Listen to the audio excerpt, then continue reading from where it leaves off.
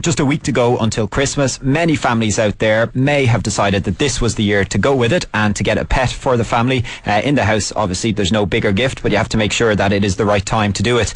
And this year, over 3,500 animals were rehomed by the DSPCA shelter, and they're urging people to adopt, perhaps, and not buy this festive season. So in studio with us are 6 rabbits, a dog called Beckham, and Gillian Bird, the head of education and media with the DSPCA, and Brian Gillen, the chief executive of the DSPCA, and you're both or all 9 of you are very welcome. Thank you very much. I might start first of all adopting a pet versus going out and getting the puppy. The pressure on that, Gillian, to actually we this summer we had to unfortunately lost our family dog. It was after 16 years. He was a rescue. He was an adopted pet, and he just was part of the family. So getting that message to people that that's what's achievable. It doesn't have to be puppies. What do you say to them? Well, absolutely. I mean, we have every type of animal up in the shelter looking for homes. At the moment we have snakes, we have some lizards, we have budgies, we have all sorts of birds, and we're just saying, I mean, you know, a family pet doesn't have to be just a dog or a cat. It can be lots of different animals. And with this time of the year, there are lots and lots of people out there thinking of getting animals. And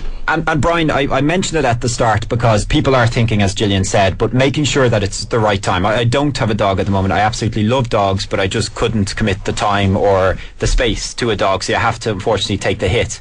But some people who probably aren't in the right space or have the right time adopt an animal, and unfortunately that's what you guys are dealing with all the time, with animals in terrible conditions. Yeah. Well, we're seeing it week in, week out. I suppose in the recessionary times that everybody's talking about, people just can't afford to keep the animals. They don't realise the commitment that's involved, you know. You have to have money for food, you have to bring it for veterinary care, you have to put the time into an animal. You just can't, the puppy picture that everybody sees, you just can't fall in love like that. You have to take your time and pick an animal that suits your lifestyle. Yeah. We have adoption consultants who sit and meet the family and go through what your lifestyle is and what we advise you as to what type of animal to look for. Gillian, tell us the story of Beckham, who's beside me here, a handsome dog, your own dog. Absolutely. Well, Beckham is my education assistant. He's also the PR dog for the DSPCA. He can, absolutely. A lot of the kids out there from schools in Dublin will know Beckham because he has come with me for the last fair few years now into schools to help me pass on the message of educating. But Beckham was originally a cruelty case. We took him in 2002.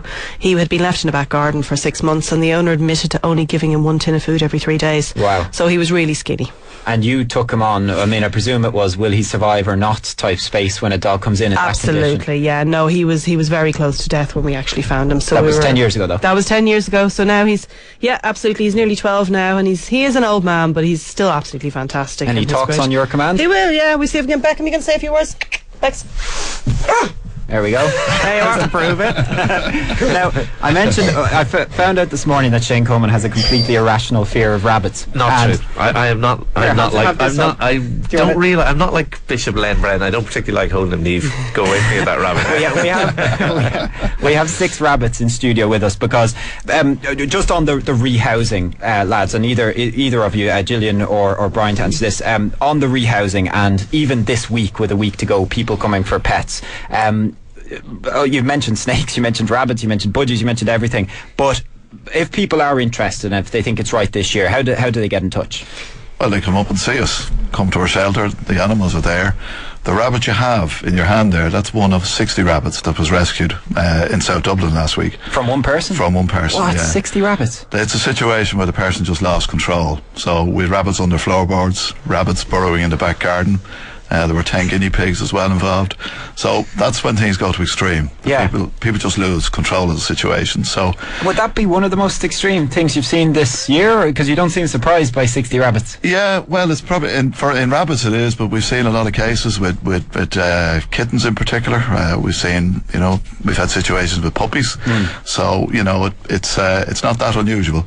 Gillian, just finally, for maybe little ears out there just before school who perhaps this is the year that a great new friend or a great new family member is going to come, what's the advice to them? Because it can't be dad and mum in January walking around in the cold with the dog or the rabbit or whatever it is. Absolutely. Most of the kids out there know that it's what to tell their parents about not getting an animal, because most of the parents are the ones who make the decisions at the end of the day. So kids, just make sure you tell your parents, no, we're not getting a rabbit, and anyway, Santa doesn't bring them on the sledge because they get airsick. Alright, so you get it another way. way. Absolutely. Excellent. So, well, look, thank you both for coming into us, or as I said, all 9 of you for coming into us. Gillian Bird is the Head of Education and Media with the DSPCA, and Brian Gillen is the Chief Executive. Before we go, will you have a go on a rabbit, Shane? No. No, I'm grand. We could cure you for life, Shane.